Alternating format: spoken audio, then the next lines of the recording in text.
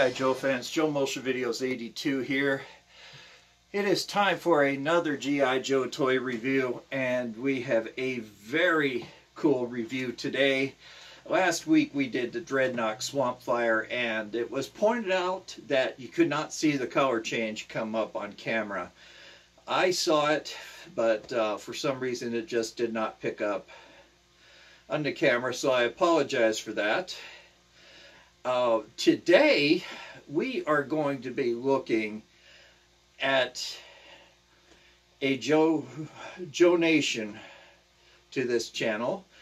Comes from Vinny C. We are looking at the 1982 Stalker version 1, also known as the straight arm Stalker. Now, Stalker is an incredibly popular character in the G.I. Joe universe. The action figure is fantastic, especially the camouflage on him. He has always been a fan favorite. He was all over the media,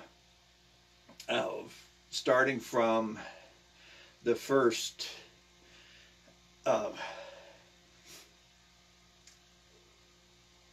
day of the Sunbow series. That was not the Pyramid of Darkness, but the Weather Dominator, and he was in throughout the series after that.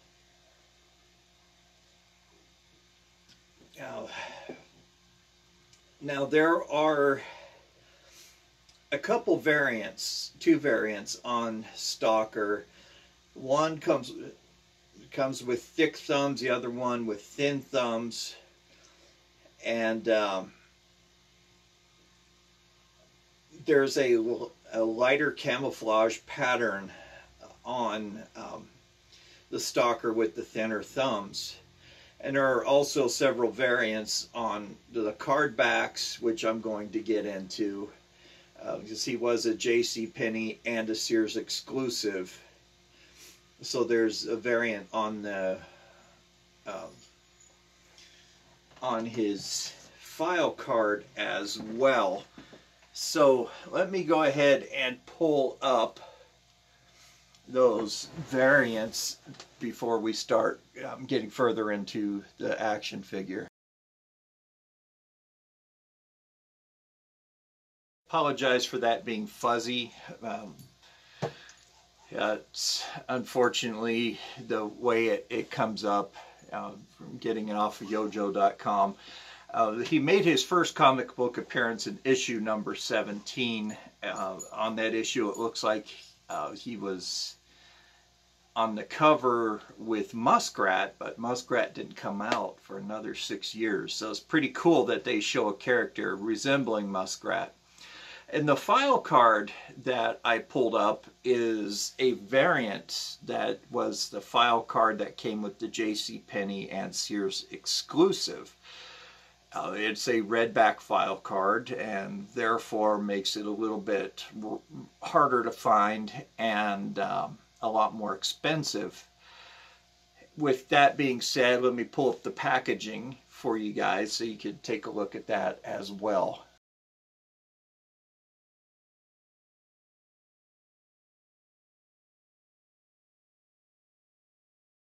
Reads G.I. Joe is the Sears exclusive.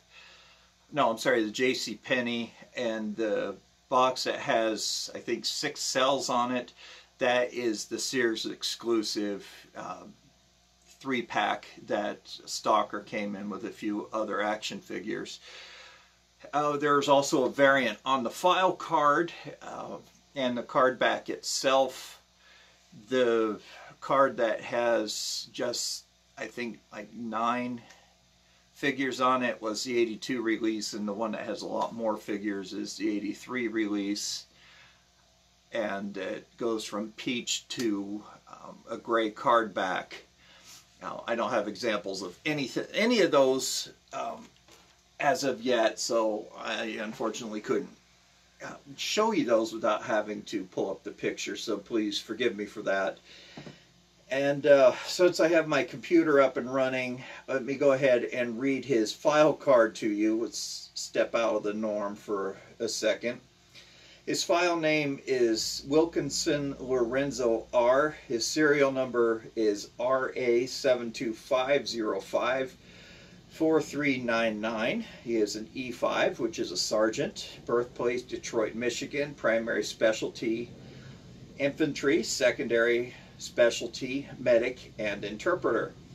Since Doc didn't come out till '83, Stalker was your go-to man if you got hurt, which I didn't know he was a medic up until this point, but a lot of special forces guys are medics, and Stalker is a ranger, so he is a ranger medic.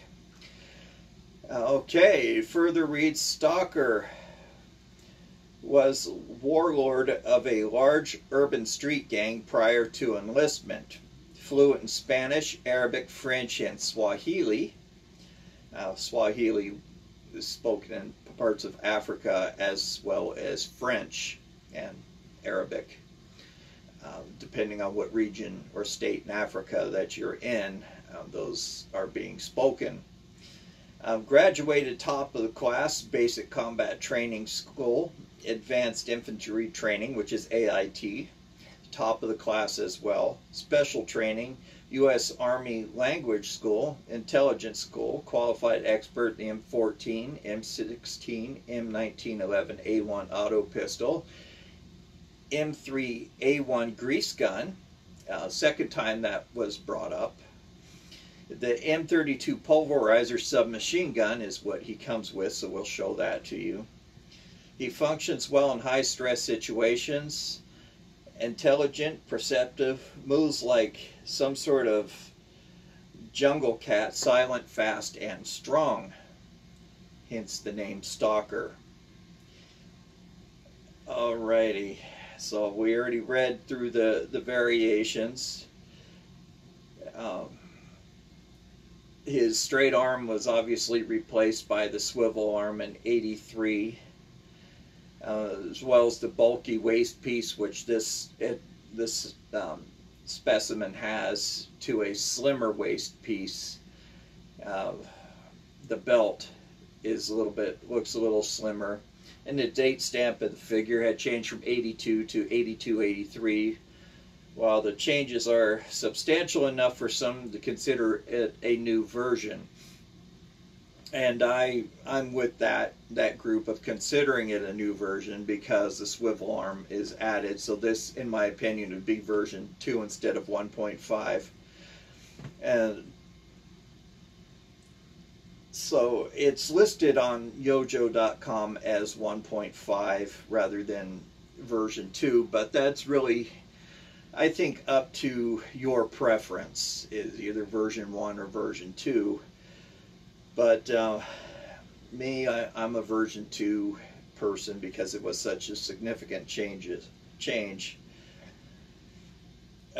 He was also available through Hasbro Direct, which came with the glossy red back file card. And the red back file card was also on the Sears and JCPenney exclusive gift packs. Also did have the red backing on it.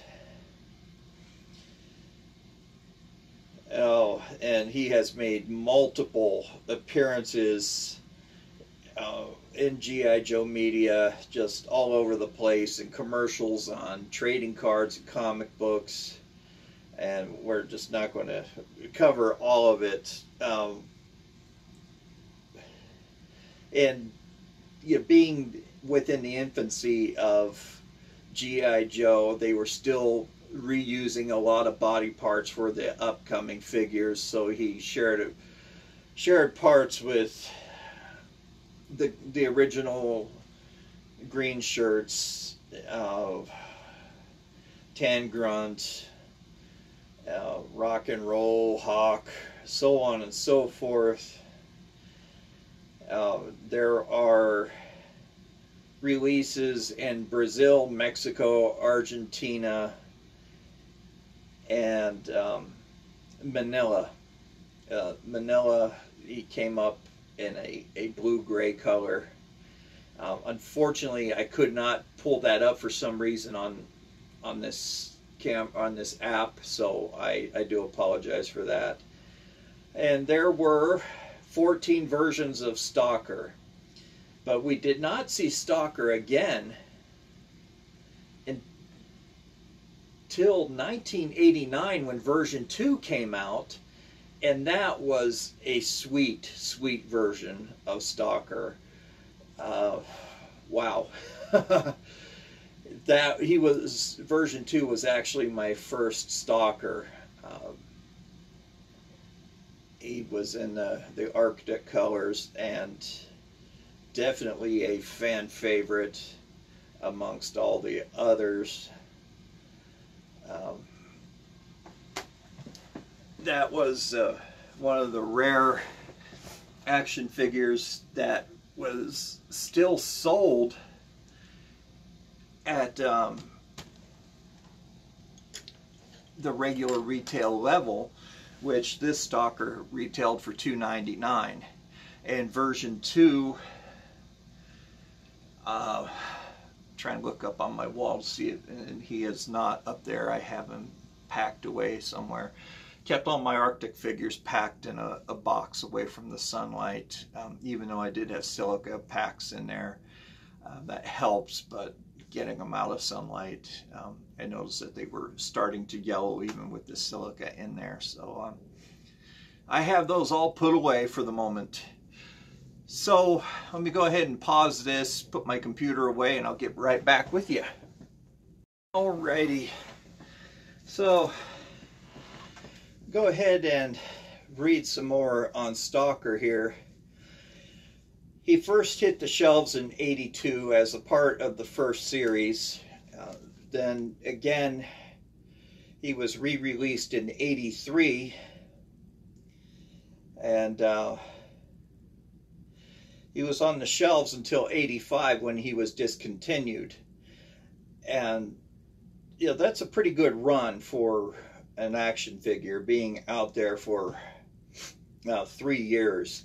But they did that because the line was still growing. It was still in its infancy.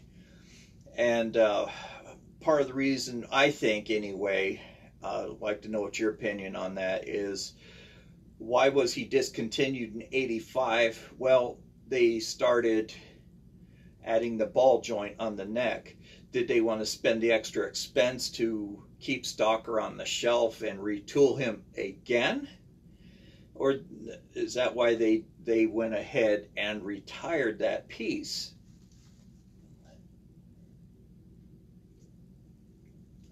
But in '86 and '87, he was released again through Hasbro Direct as a part of the original Adventure team. He came with 9 other Joes. I didn't see what was listed on yojo.com about that. I may have overlooked it. Please forgive me for that. It came with a carrying case. And, you know, I would like to say Duke was included in part of that, but that may be just a false memory, so don't quote me on that. So he's been, you know, really available, surprisingly, even through JCPenney and Sears. Those are the same action figures, but it's the file cards that make it, that hold the value.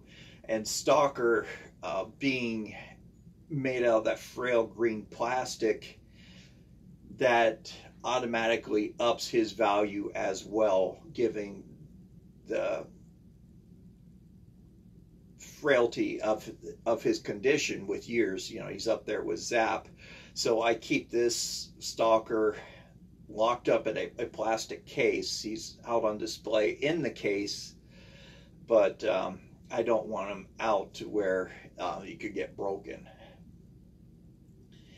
As aforementioned,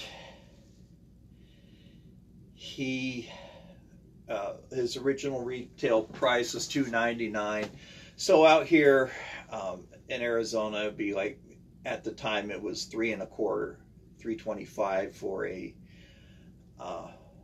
action figure with tax. So without any further jawing, let's go ahead and take a look at this fine specimen. And again, a huge and resounding thank you to Vinny C for sending me this beautiful action figure. One I know I wouldn't have been able to get on my own, giving the cost of them. We'll cover all that in Byron's gripes. So Vinny, thank you very much. I am eternally grateful for this action figure and for all the others that you sent. It was just way too cool of you. Thank you. I just can't say that enough. So let's go ahead and take a look at this fine specimen. All right, here he is, Stalker version 2, or version 1. My apologies for that. Very nice example of Stalker. But a little background on him. We know that from the comic books that Stalker served in Vietnam with Snake Eyes.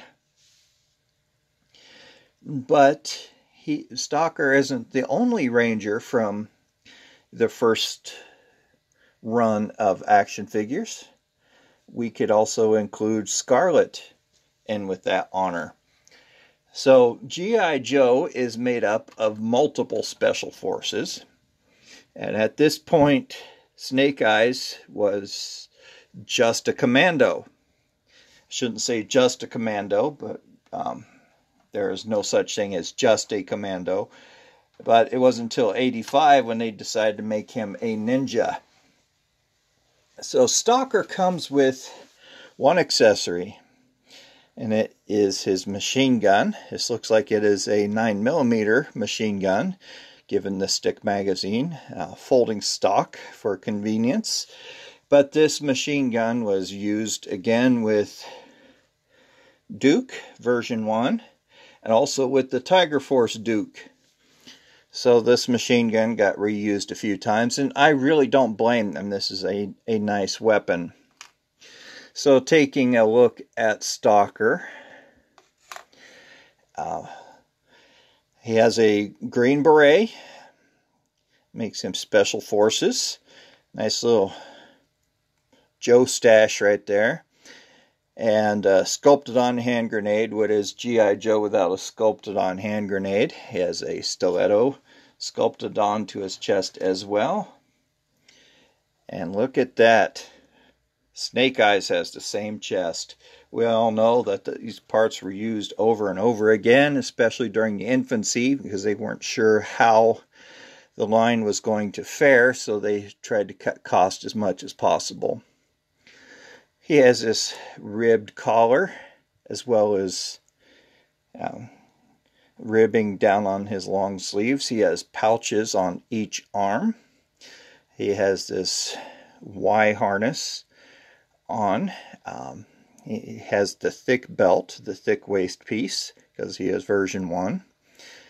Pouches on each leg, as well as his standard G.I. Joe boots with pouches on each boot. And all in all, he is a great looking figure. What really makes him stand out for me, outside of him being the first African American G.I. Joe action figure, which is really cool. G.I. Joe is very diversified. He is the first who was completely camouflaged. During the first run, most of the Joes were just in green. But Stalker, being the Ranger, and the LRP, the Long Range Reconnaissance Patrolman, he was in camouflage. And that really set him apart from the rest of the Joes, made him all that much cooler This really upped his cool points. And that makes him very popular with collectors, as well as when we were kids alike. He was one that was fought over quite often, who got to be Stalker. Alrighty. So, yes, Stalker does hold some childhood memories for me.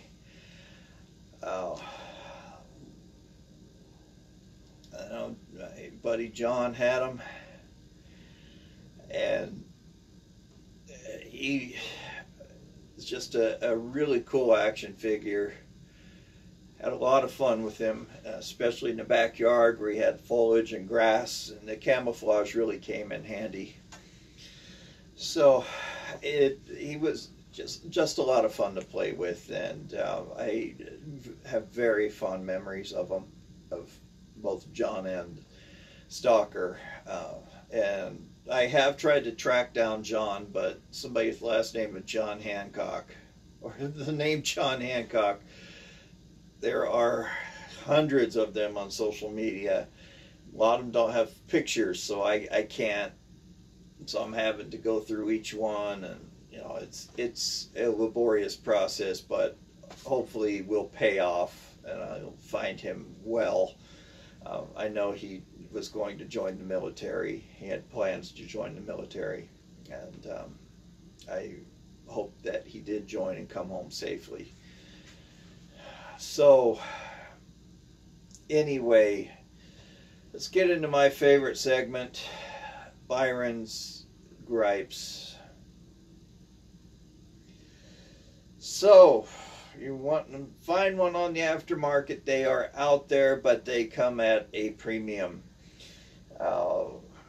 Mainly because of the plastic breaking, the thumbs and the groin, the crotch breaking. So here we go. An incomplete and broken Stalker. Please forgive me, I'm feeling under the weather. Now, broken thumbs. $20 to $22.99.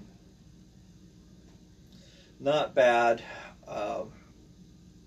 but depends on how good of condition you want them in. But you know, a lot of to-do videos on how to fix the thumbs.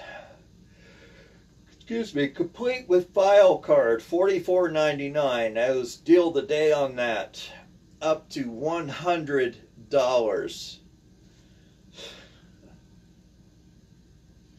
$100? You gotta be kidding me. Complete without the file card. He comes with one accessory, just that rifle. It's not like he comes with a bunch of stuff. $59.99 to $74.99. Squeeze your nose and blow. Clear the cobwebs out of your head. Come on, that is just greedy, and you have to pay shipping on top of that? You want the file card and the gun? $17.09. Mint on card with an AFA grading of 75. You're looking at $599.99 to $1,099.99. $1,100 plus shipping. Really? If you're an AFA collector, that might be a deal. I don't know. I'm not an AFA collector, so I can't base that. But they do have no or better offer on there, so I would talk the $1,100 one down to $99.99. You know, try to talk them out of $1,000. See how far that'll get you. Granted, you have to pay for to have it graded, so he's trying to recover the cost on that. I think it's like $80 to $100 depending. You want the head, which is cool. Finding a head on the aftermarket, do the head swaps.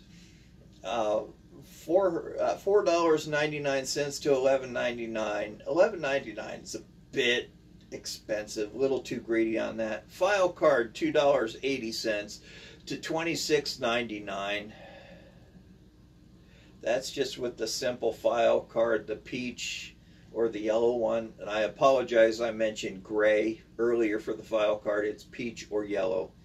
But I will tell you the $2.80 one is gone. I bought it when I was putting this review together. I bought that one because I need the file card to go with this fine action figure.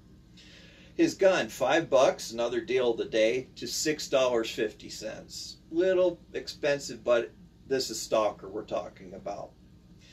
The redback file card that comes with the Sears JCPenney exclusive, for the cut file card, $49.99 and $13 for those. For an uncut file card, $49.99. I might as well buy the uncut one for $49. And what I mean by uncut, just that little white corner that has the flag point, that part is not cut out for the uncut file card. $13 isn't bad for a redback card, for an exclusive card. That'll go up with the deal today as well. A full card back, which I think would be really cool to own, $15.99. Mint on card, $453. I have a headache. $453 for mint on card, ungraded.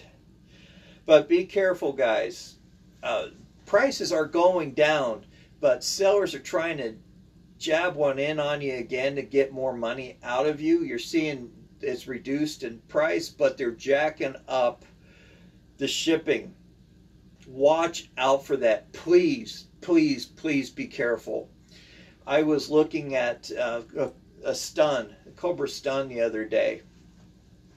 I have two of them, but I was going to get a third at this price, $2.99 for a complete stun. I almost hit buy, but then I remembered my own advice and I looked at shipping, $35.99 to ship that. No, at best it's $15 to ship, depending on if it's here in North America. Ship out of country, of course, it's going to be a little bit more because you're having to pay for customs fees. But watch out for that. So I almost hit that $2.99 button. Didn't need one, but I figured, hey, it'd be nice for a giveaway until I saw the $35 shipping. And like, no. So please, please double check your shipping amount. People are they're just greedy and they're thinking, okay, we'll reduce the price, but we're going to nail you in shipping. So that's becoming a trend. Watch out for it. I implore you, please be careful. So I am really wiped out, guys. I'm going to wrap this up. Thank you very much for subscribing. I do really appreciate that. It makes me feel good when I see new subscribers. I'm holding a giveaway for when I reach 500 subscribers. If you want to become a channel supporter, you'll also be included in your own exclusive giveaway. It's not a better toy, but you have a greater chance of winning because there's so few channel supporters. How do you become a channel supporter? You either donate something to the channel or financially on coffee. All that information will be down in the description, my address as well. Also, share this video. I really appreciate that. Give it a thumbs up. That would greatly be appreciated as well. Leave a comment. I do answer back. You want to shoot me an email, my email address is at the bottom. And thanks again, Vinny. I really appreciate you making these donations of such really cool toys that you've donated. And everybody else who has donated to the channel financially and with toys. I appreciate it very, very much. I'm not able to work as much as I used to, so a donation to the channel will really help out, keep this channel going, because everything else has come out of my pocket, and I just don't have the finances as readily available to make purchases every week like I was doing. So anyway, this is Joe Motion Videos 82 signing off. You guys have a fabulous day. Take care of yourselves. Be safe out there, especially in this heat. Stay hydrated. Wear sunscreen. And especially be kind to animals. They know nothing but unconditional love. So be kind to them. Especially be kind to other people. And this is Joe Motion Videos 82 signing off. Take care. We'll see you next week. Stay tuned for another G.I. Joe toy review. We'll talk to you later. Bye-bye.